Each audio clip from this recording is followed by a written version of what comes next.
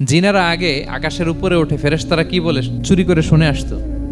হঠাৎ জিনেরা আর উপরে যেতে পারে না, উপরে যেতে চাইলেই আগুনের পাথর মারা হয়। ঘটনা কি? সব জিনেরা বৈঠক বসালো। ঘটনা কি?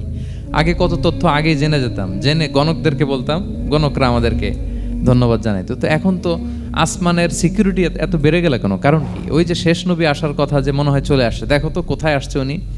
খুঁজতে খুঁজতে খুঁজতে একদল ওই দিন ফজরের সময় আল্লাহর হাবিব সাল্লাল্লাহু আলাইহি ওয়াসাল্লাম রক্তাক্ত হয়ে ফজরের সালাত যখন পড়তেছেন, ওই কোরআন তেলাওয়াত শুনে তারা এলাকায় যেয়ে বলল যে ইন্না সামি'না কুরআনান আজাবা, এক আজীব কোরআন শুনে আসছি, ইয়াহদি ইলা রুশদি, এই কোরআন মানুষকে হেদায়েতের পথে নিয়ে যায়। ফা আমান্না বি, আমরা ঈমান এনে ফেললাম। সুবহানাল্লাহ পড়েন।